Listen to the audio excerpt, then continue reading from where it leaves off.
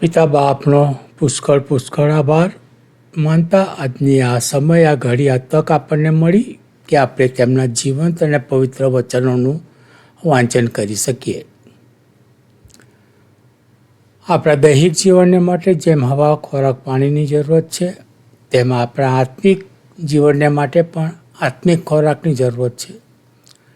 અને તે આત્મિક ખોરાક આપણને આપણા પવિત્ર પુસ્તક બાઇબલમાંથી, પિતા બાપના જીવંત અને પવિત્ર વચનોમાંથી આપણને મળે છે.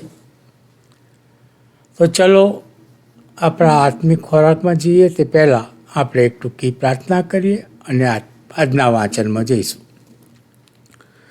ધન્યવાદ પિતાજી, નવો દિવસ અમારા જીવનમાં આપ્યો, દિવસને આશીર્વાદિત કીધો અને આ સમય, આ ઘડી, આ તક તમે અમોને આપી કે અમે તમારા જીવંત અને પવિત્ર વચનોનું વાંચન કરી શકીએ.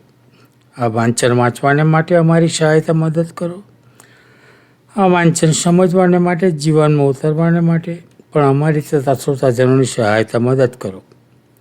તમારા હાથોમાં સોંપાતા અમારી વિનંતી તમારા પુત્ર ઈસુ નાઝારીના નામમાં તમારી સમક્ષ લાવીએ છીએ. સાંભળો અને તેનો સ્વીકાર કરો પિતા. આમીન. આમીન. ગીત શાસ્ત્રનું પુસ્તક અને તેનો 59મો અધ્યાય, સલામતી માટે પ્રાર્થના. હે મારા ઈશ્વર, મારા શત્રુઓથી મને છોડાવો, મારા પર ચઢાઈ કરનારાઓથી મને ઉગારો, અન્યાય કરનારાઓથી મને છોડાવો અને ખૂની માણસોથી મને બચાવો. તેઓ મારો પ્રાણ લેવા સંતાઈ રહે છે. પરાક્રમીઓ મારી સામે એકત્ર થાય છે. હે યહોવા, મારા ઉલ્લંઘન કે મારા પાપને લીધે આ થાય છે એમ નથી. મારો કંઈ પણ દોષ ન હોવા છતાં તેઓ દોડી આવીને તૈયારી કરે છે. મને સહાય કરવાને જાગો અને જુઓ. ઓ સૈન્યોના સરદાર યહોવા, પરમેશ્વર, ઇઝરાયેલના ઈશ્વર, તમે સર્વ વિદેશીઓને જોઈ લેવાને જાગજો. કોઈ પણ દુષ્ટ અપરાધીઓ પર તમે દયા કરશો નહીં. શેલા. તેઓ સંધ્યાકાળે પાછા આવે છે. તેઓ કૂતરાની જેમ ઘૂરકે છે અને નગરની આસપાસ ફેરા ખાય છે. તેઓ મોંમાંથી ફીણ કાઢે છે. તેઓના હોઠોમાં તરવારો છે. તેઓ એવું બોલે છે કે કોણ સાંભળનાર છે?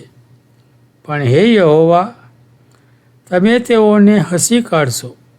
તમે સર્વ વિદેશીઓની મશ્કરી કરશો. હે મારા સામર્થ્ય, હું તમારી રાહ જોઈશ, કેમ કે ઈશ્વર મારા ઊંચા ગઢ છે. મારા પર કૃપા કરનારા ઈશ્વર મને શામાં મળવા આવશે?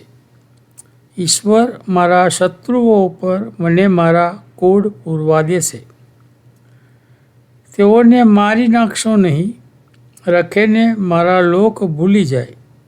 હે પ્રભુ, અમારી ઢાલ, તમારી શક્તિ વડે તેઓને વિખેરીને નીચે પાડી નાખો.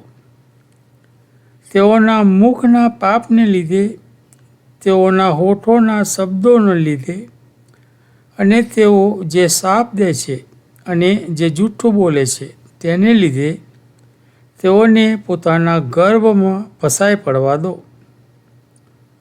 કોપથી તેઓનો નાશ કરો કે તેઓ હતા ન હતા થઈ જાય. તેઓને ખાતરી આપો કે પૃથ્વીની સીમા સુધી ઈશ્વર યાકૂબમાં રાજ કરે છે. સેલા. સાંજે તેઓ પાછા આવો. તેઓ કૂતરાની જેમ ઘૂરકો અને નગરની આસપાસ ફેરા ખાઓ. તેઓ ખાવા માટે રખડતા ફરશે અને તૃપ્ત નહીં થાય તો આખી રાત ભૂખ્યા રહેશે. પરંતુ હું તો તમારા સામર્થ્યનું ગાયન કરીશ. હું સવારમાં તમારી કૃપા વિશે હર્ષનાદ કરીશ, કેમ કે તમે મારા ઊંચા ગઢ છો અને સંકટને સમયે મારા આશ્રયદાતા થયા છો. હે મારા સામર્થ્ય, હું તમારા સ્તોત્રો ગાઈશ, કેમ કે ઈશ્વર મારા ઊંચા ગઢ અને મારા પર કૃપા કરનાર ઈશ્વર છે. પ્રભુ, આ વાંચેલા જીવન પવિત્ર વચનોની પર તમારી આશીષ આપવા દો. પ્રાર્થના કરીશું. હે આકાશમાં બિરાજનાર અમારા સર્વશક્તિમાન પરમેશ્વર પિતા, અમે તમારો પુષ્કળ આભાર માનીએ છીએ બાપ, કે તમે અમારા જીવનમાં નવીન દિવસ આપ્યો. હા પ્રભુ પિતા, અમે સારા છે એટલું નહીં, પણ તમે અમારી પર પુષ્કળ પ્રેમ કરો છો પ્રભુ, અને અમારી સાથે ને પાસે રહે છો. એ સર્વન માટે મેં તમારો ધન્યવાદ કરીએ છીએ પ્રભુ. તમે તમારા વહાલા એકના એક પુત્રને અમારી માટે મોકલી આપ્યા, કે જેમણે અમારા માટે પ્રભુ, અમારા પાપોના માટે એમણે પ્રાણ આપી દીધો, અને પોતે પ્રભુ ત્રીજા દિવસે જીવન થયા. એવા જીવન પરમેશ્વર પિતા અમને મળ્યા છે, એના માટે અમે તમારો પુષ્કળ આભાર માનીએ છીએ. ત્યારે બાપ, અત્યારે જે વચનો વાંચવામાં આવ્યા એ વચનો પર તમારી પુષ્કળ આશીષ અને તમારી કૃપા ઉતારજો. આ વચનો દ્વારા પ્રભુ તમારા દીકરા દીકરીઓ, બીજા અન્ય ભાઈ બહેનો પ્રભુ તમારી ગમ ફરે એવું તમે થવા દેજો.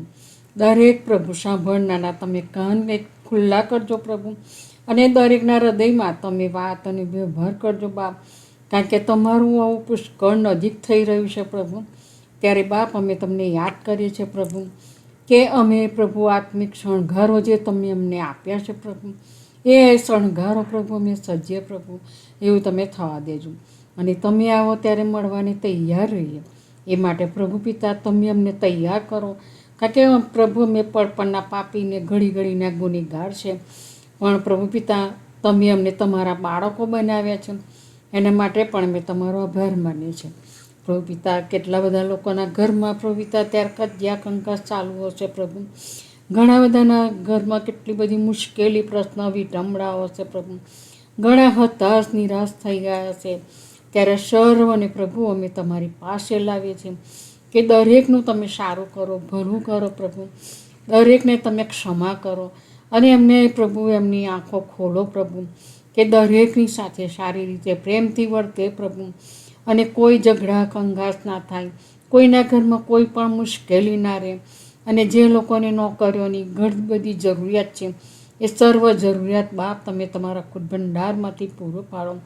હા પ્રભુ પિતા, અત્યારે તો લોકો મારી નાખવાના એમાં ફરતા હોય છે પ્રભુ, ઘણા લોકો આપઘાત કરતા હોય છે, કારણ કે બાપ તમારા વચનો પૂર્ણ થઈ રહ્યા છે. ત્યારે એક એકના જીવનનો કબજો તમે લોજો પ્રભુ. જે તમારા બાળકોને સતાવે છે પ્રભુ, એમના હૃદયમાં પણ તમે વાત અને વ્યવહાર કરો. કેટલા તમારા સેવકોને મારી નાખે છે પ્રભુ, કેટલા ગંભીર હાલતમાં છે. ત્યારે ઓ પ્રભુ પિતા પરમેશ્વર, આ લોકો શું કરી રહ્યા છે જાણતા નથી. ત્યારે બાપ તમે એમનું હૃદય જે છે પથ્થર જેવું થઈ ગયું છે, ત્યારે પથ્થર પર પ્રભુ તમે હથોડા મારો પ્રભુ, અને બાપ એ હૃદય આજે નમ્ર બની, એ ઘૂંટણ આજે તમારી આગળ નમે પ્રભુ, એવું તમે થવા દેજો. અમારા અમેરિકા દેશને, અમારા રાજનેતાઓને પણ તમારા આશીષ અને તમારી કૃપા આપજો. અમે તમારા હાથોમાં સોંપાય છે. અમારા પાપ ગુના પ્રદાની ક્ષમા કરજો.